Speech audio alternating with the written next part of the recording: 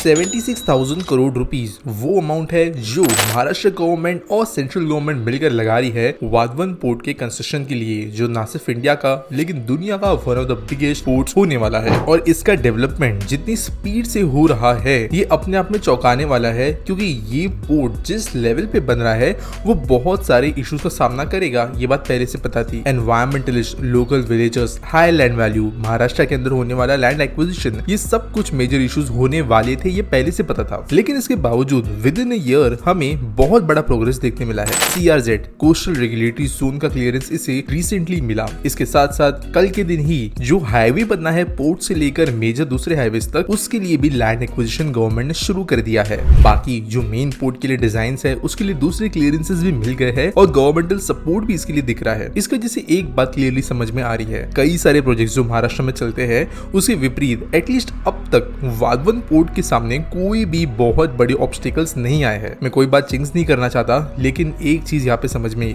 जरूर आ रही है कि प्रायोरिटी बेसिस पे इस प्रोजेक्ट को बनाने के लिए गवर्नमेंट और इसके हैंडलर्स तत्पर है। ये पोर्ट क्या है, इसकी इंपॉर्टेंस इतनी ज्यादा क्यों है कि महाराष्ट्र स्टेट जहाँ पर सारे प्रोजेक्ट्स आकर डीले होना शुरू हो जाते हैं वहां पर ये सही से बन रहा है। तो शुरू करते हैं। दोस्तों, किसी भी इकोनॉमी के लिए सबसे जरूरी अगर कोई चीज बनती है तो वो है ट्रेड, इंपोर्ट्स, एक्सपोर्ट्स। ये सब चीजें जो है एक इकोनॉमी को ज्यादा वाइब्रेंट बनाती है। सबसे मेनली अगर आप एक्सपोर्ट्स बहुत हेवी लेवल पे करते हो तो ऑब्वियसली आपके देश के अंदर ज्यादा पैसा आता है, आप दुनिया के लिए मैन्युफैक्चरर, सर्विस प्रोवाइडर बन जाते हो। करेंटली देश के अंदर मुंद्रा, जवाहरलाल नेहरू पोर्ट ट्रस्ट, ये ऐसे बहुत बड़े पोर्ट्स है जो सर्व करते हैं पूरे दुनिया और इंडिया के बीच का ट्रेड। बाकी भी कई पोर्ट्स है देश के अंदर, लेकिन मुंद्रा या JNPT जितना ये लोड नहीं संभालते। इनफैक्ट JNPT वैल्यू जो आती है गुड्स की यहाँ पर, उसके हिसाब से one of the most important ports है। लेकिन फिर भी अगर हम हमारे इन देश के पोर्ट्स को ग्लोबल स्टैंडर्ड से कंपेयर करने जाए तो ज्यादा कंपटीशन हमें हमारे पोर्ट्स के साथ में नजर नहीं आता। सिंगापुर पोर्ट हो गया, US के कई पोर्ट्स हो गए, इनफैक्ट दुबई जैसे एक कम पॉपुलेशन वाली कंट्री का भी पोर्ट हो गया। ये हमारे इंडिया जैसे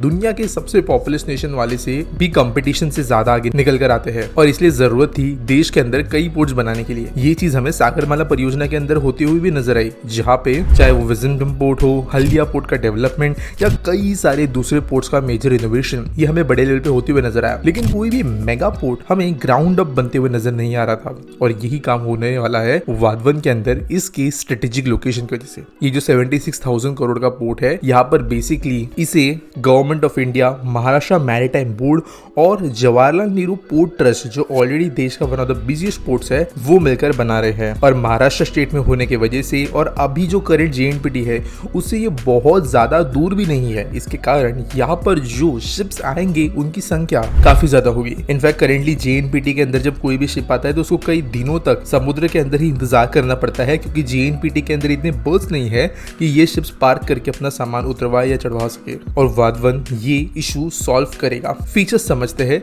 इस पोर्ट के अंदर क्या क्या होंगे। 20 मीटर का नियर शोर ड्राफ्ट का हमारे जो पोर्ट है ये एक्चुअल में कोस्ट पर नहीं बनेगा, ये एक आर्टिफिशियली मेड आइलैंड के ऊपर बनाया जाएगा जो कोस्ट से थोड़ी दूरी पर मौजूद होगा। 9 कंटेनर टर्मिनल्स यहाँ पे होंगे 18 बर्थ्स के साथ में, जो 300 metric ton of cargo yearly handle करने की कैपेसिटी रखेगा और 23.5 मिलियन TEU के शिप्स को हर एक बर्थ हैंडल कर सकता है। यानी आज के डेट में दुनिया के वन ऑफ दी बिगेस्ट जो कंटेनर शिप्स है वो यहाँ पर डॉक हो सकेंगे। इस पोर्ट को हाईवे के जरिए दिल्ली मुंबई एक्सप्रेसवे जैसे इंपॉर्टेंट प्रोजेक्ट्स के साथ में डायरेक्ट कनेक्टिविटी दी जाएगी और रेल लिंक्स भी बनाए जाएंगे डेडिकेटेड फ्रेट कॉरिडोर के साथ में। इसके अलावा यहाँ पर कंटेनर्स के अलावा लिक्विड, LNG और ब्रेक बल्क कार्गो जैसे जो सामान आता है शिप्स के अंदर, उसको भी हैंडल करने की फैसिलिटीज बनाई जाएगी। ये समुद्र के बीचों बीच होने की वजह से यहाँ पर एक स्ट्रॉन्ग बैरियर भी हमें देखने को मिलेगा, और ये इसे इंडिया का one of the biggest port बनाएगा इन टर्म्स ऑफ नंबर्स। अब इस पोर्ट को बनाया किस तरीके से जा रहा है वो समझते हैं। अब यहाँ पर जो पार्टनरशिप है वो कुछ इस प्रकार की है। 74% जो है वो गवर्नमेंट ऑफ इंडिया के पास में है और 26% महाराष्ट्र मैरीटाइम बोर्ड के पास में। लैंड लॉर्ड मॉडल पे ये बनाया जाएगा, पब्लिक प्राइवेट पार्टनरशिप पे। अब यहाँ पे कौन प्राइवेट प्लेयर निकल कर आता है इसके बनने के बाद में ये तो मैं नहीं पता, लेकिन अडानी होगा, ये मैं बस अपना ओपिनियन दे रहा हूँ। एग्जैक्टली जो है वो बिडिंग, फेयर बिडिंग वगैरह होगी उसके अंदर समझ में आएगा। उम्मीद ये लगाई गई है कि जो प्राइवेट प्लेयर आएंगे वो 36,000 करोड़ की इन्वेस्टमेंट्स लेकर आएंगे, ऐसी उम्मीद है।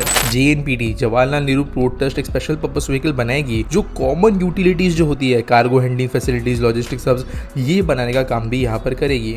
और इसीलिए जो मॉडल होने वाला है इसके फाइनेंसिंग एंड स्ट्रक्चरिंग का वो हमें अब पहले ही पता है। ये पोर्ट बनने की वजह से फायदा क्या होगा, ये इंडियन वेस्ट कोस्ट के ऊपर मौजूद one of the biggest deep draft port होगा। भारत जल्द ही $5 ट्रिलियन इकोनॉमी बनेगा और बाद में उसके आगे बनेगा। हम इकोनॉमी के अंदर मैन्युफैक्चरिंग के ऊपर बहुत ज्यादा जोर दे रहे हैं जितना हम सर्विसेज पे दे रहे हैं। इसकी वजह से देश में से एक्सपोर्ट होने वाला सामान हर साल बढ़ रहा है और हमारी इकोनॉमी जैसे बढ़ रही है, लोगों की परचेसिंग पावर बढ़ रही है, वैसे हमारे इंपोर्ट्स भी बढ़ रहे हैं। अकॉर्डिंगली हमें ऐसे टर्मिनल्स की जरूरत पड़ेगी जो ज्यादा से ज्यादा सामान संभालने की कैपेसिटी रखे। उस समय पर अगर हम JNPT, मुंद्रा और बाकी पोर्ट्स के ऊपर डिपेंडेंट रहेंगे तो हमें मेजर कंजेशन देखने मिलेंगे हमारे पोर्ट्स के ऊपर, जो वेटिंग टाइम बढ़ाएगा और हमारे लॉजिस्टिक्स को वीक कर देगा। पुराने जो पोर्ट्स है ये बहुत मेगा शिप्स को भी हैंडल नहीं कर सकते, जिसके कारण यहाँ पर जो सबसे एफिशिएंट तरीके के शिप्स है वो भी डॉक नहीं कर पाते। इसकी वजह से कई सारे बड़े शिप्स जो है वो इंडिया स्किप करके सिंगापुर वगैरह चले जाते हैं। ये चीज़ नहीं होनी चाहिए। आगे जाकर इंडिया को ये जो पोर्ट है ये इकोनॉमिकली ज़्यादा स्ट्रेटेजिक भी बनेगा, क्योंकि दुनिया के अंदर का बहुत ज़्यादा वैल्यूएबल कार्गो सुएज कैनल में से होते हुए जाता है जो मिडिल ईस्ट में है, और ये सुएज कैनल पे जाने वाला रूट